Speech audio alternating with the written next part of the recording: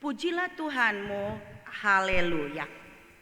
Karena tanpa terasa kita sudah ada dan dipimpin oleh kuat kuasa Roh Kudus pada menapaki minggu kelima bulan Agustus, yang juga di hari ini dinyatakan sebagai Hari Pencanangan Bina Keluarga Gereja Protestan Maluku dalam rangka menyongsong hari ulang tahun Gereja Protestan Maluku yang ke-86. Dan itu puncaknya dilaksanakan pada tanggal 6 September. Sehingga mulai dari hari ini sampai dengan 6 September ada momen-momen yang harus dilakukan sebagai kehidupan keluarga.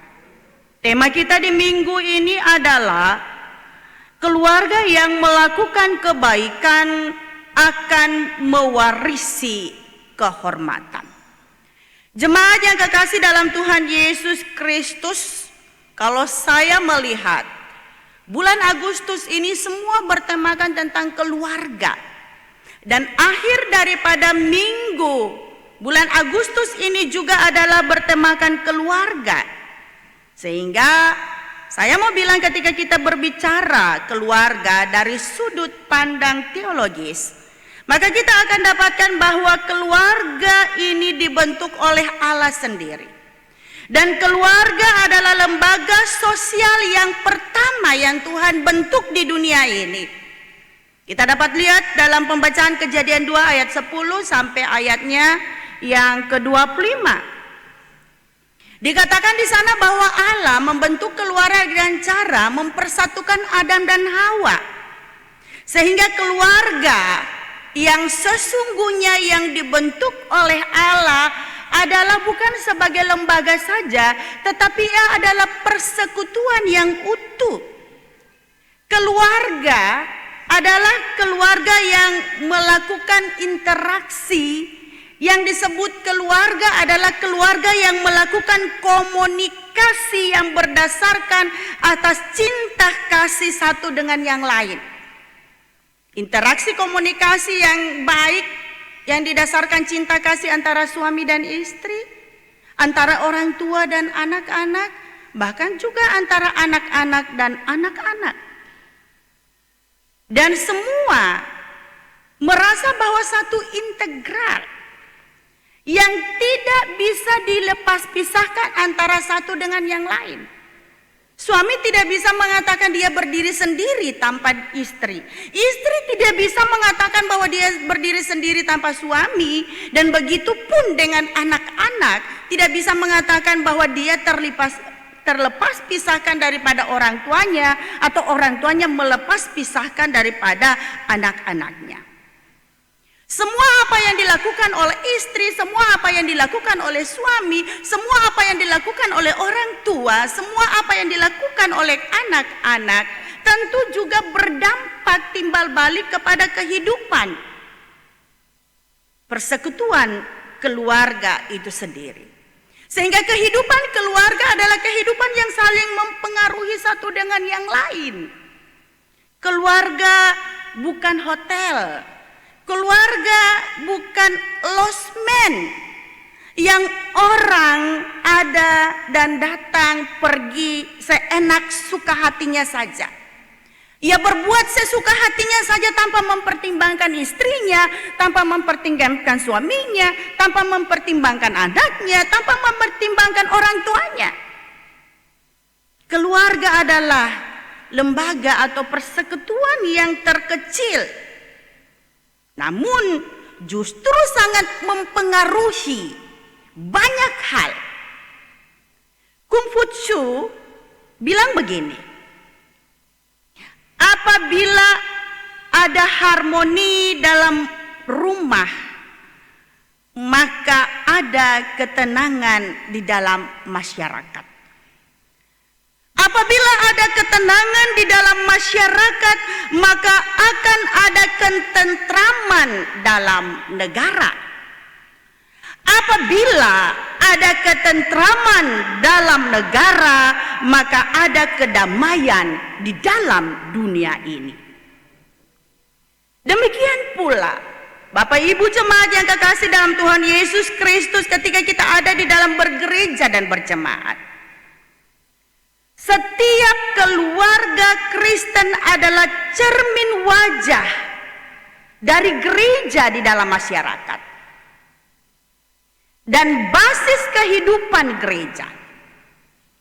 Keluarga Kristen yang kokoh membuat gereja yang kokoh pula. Keluarga Kristen seyogyanya memainkan perannya dengan baik, yaitu aktif, kreatif, proaktif, produktif, dan positif. Itu yang seharusnya ada di dalam kehidupan keluarga Kristen. Di dalam kehidupan hidup bergereja, berjemaat, dan juga bermasyarakat.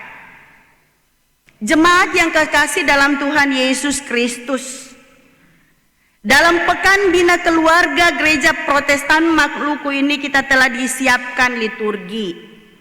Bahkan bacaan di dalam seminggu, mulai hari ini sampai dengan tanggal 6.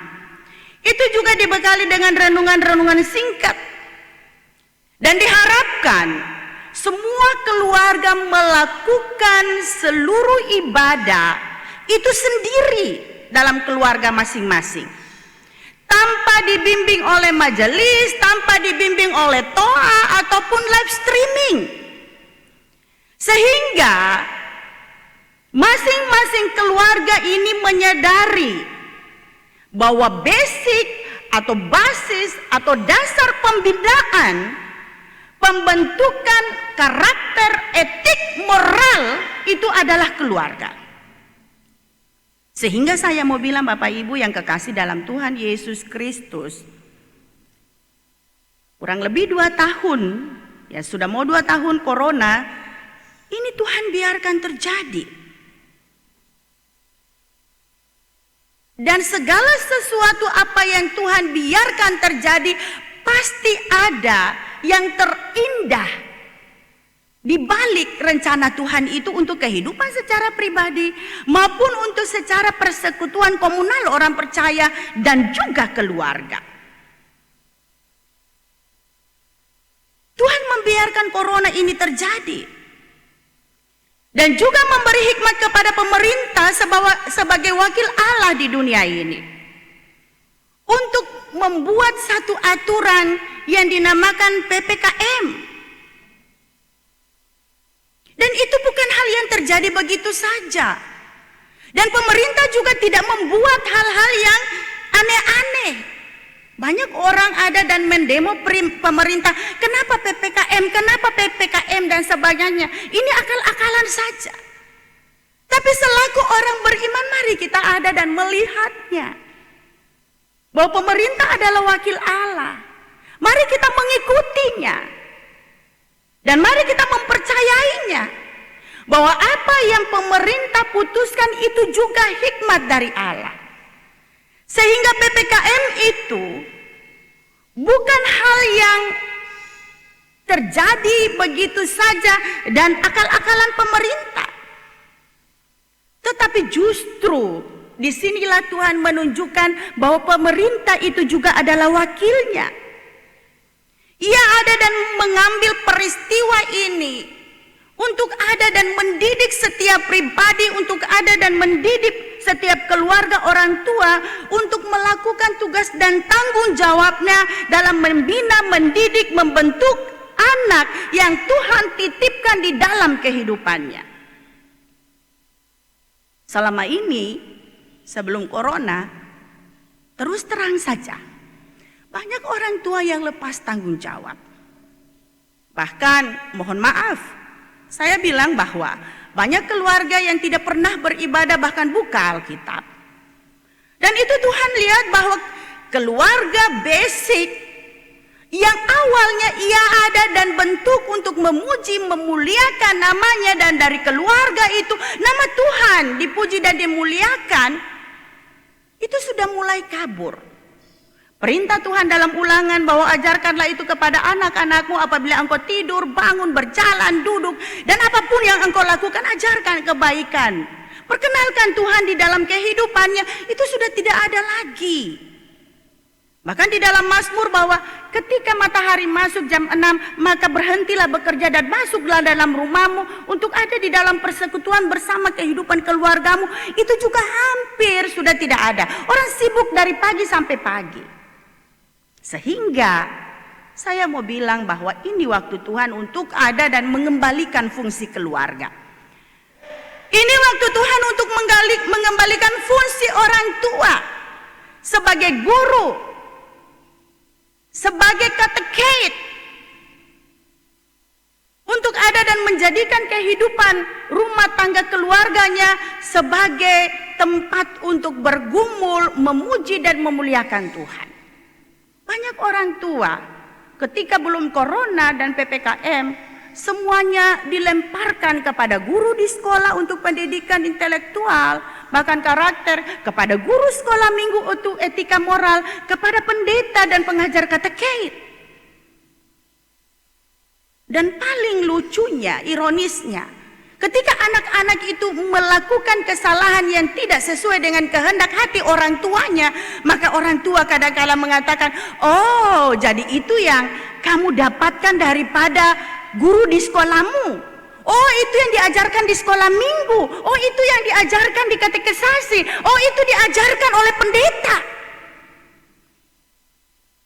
Sekarang ini Bapak Ibu kehidupan keluarga yang dikasihi oleh Tuhan Yesus Kristus, mari sadar. Tanggung jawab itu adalah tanggung jawab kita. Pembentukan karakter anak adalah tanggung jawab kita.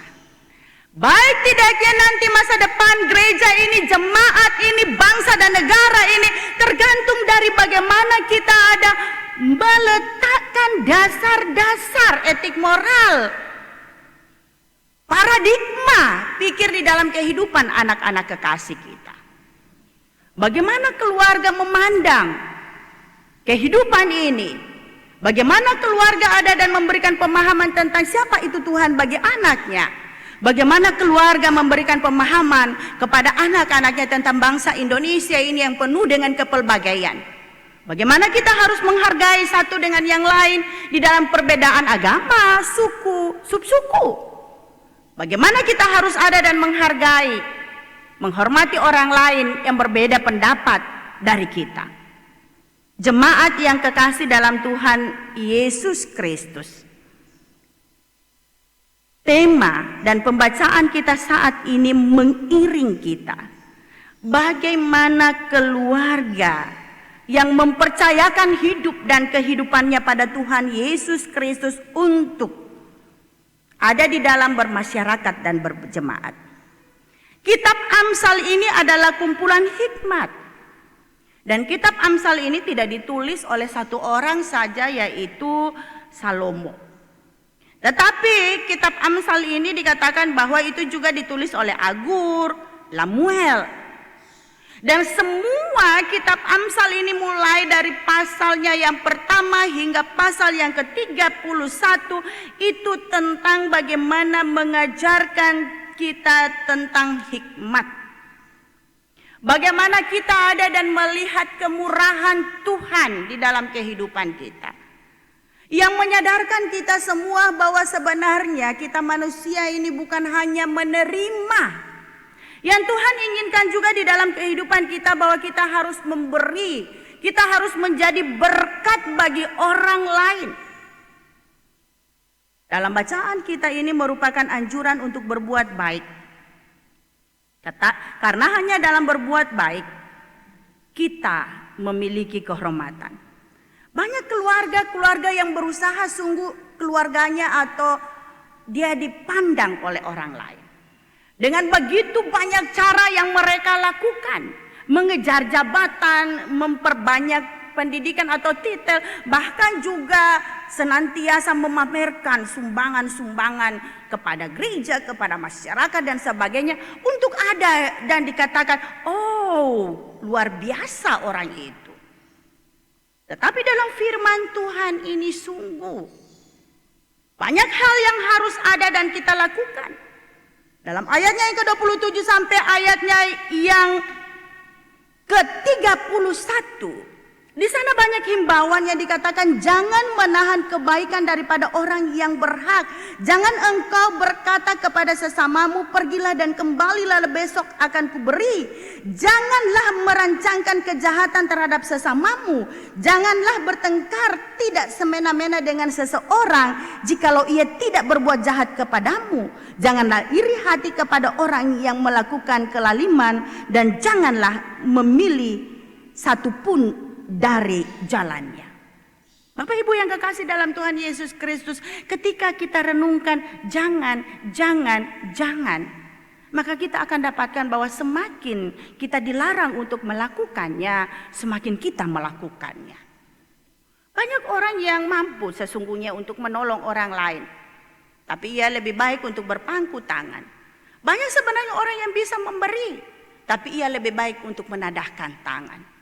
Banyak orang ia mampu untuk segera menolong orang lain. Tuhan sudah menunjukkan di depan matanya, tetapi ia melemparkan, oh itu tugas pendeta, oh itu tugas guru, oh itu tugas dia. Beta seng. Banyak orang yang melakukan hal itu. Dan banyak juga orang mencari kesalahan-kesalahan orang lain karena iri.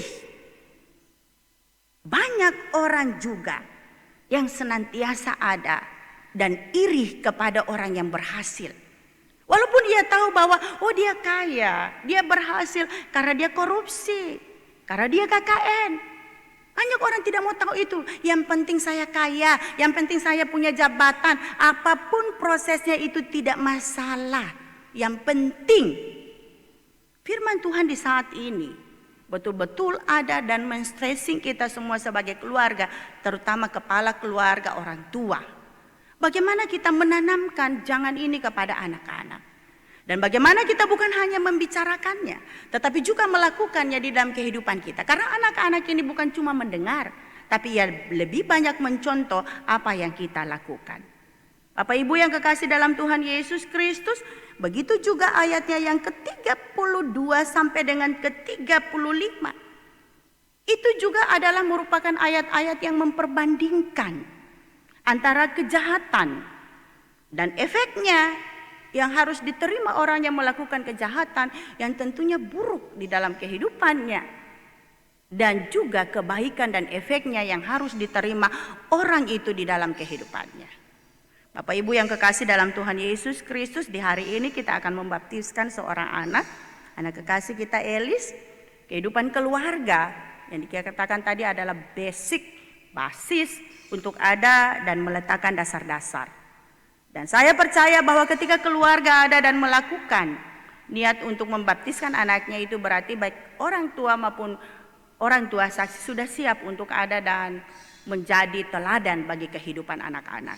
Saya harap juga kehidupan keluarga Tomasoa ada dan betul-betul mampu untuk ada dan membawa mengiring anak kekasih Elis untuk ada dan menjadi kebanggaan bukan saja bagi jemaat, tetapi juga bagi bangsa dan negara ini. Dan semua harapan bagi orang tua bahwa anak-anaknya menjadi anak yang baik. Semua keluarga ingin dihormati. Ada cara dihormati. Apa yang dikatakan Amsal, pasalnya yang ketiga ayat 27 sampai 35. Itulah trik, itulah langkah. Kalau keluarga Anda akan dihormati, kalau keluarga Anda akan mendapat warisan yang betul-betul dihormati dari Tuhan. Bukan dari manusia, tetapi dari Tuhan. Untuk itu jemaat yang kekasih dalam Tuhan Yesus Kristus, mari ada. Dan kita menjadi keluarga yang berhikmat, keluarga yang takut Tuhan. Tuhan Yesus pasti tolong katong semua untuk ada dan melakukan itu dalam kehidupan kita. Semoga pekan Bina Keluarga GPM ini ada dan berdampak lebih banyak dalam kehidupan kita, dan semuanya kita anggota jemaat sadar sungguh bahwa itu harus kita lakukan dalam kehidupan kita tanpa tawar menawar. Tuhan Yesus tolong katong semua. Amin. Kita ada dalam saat teduh.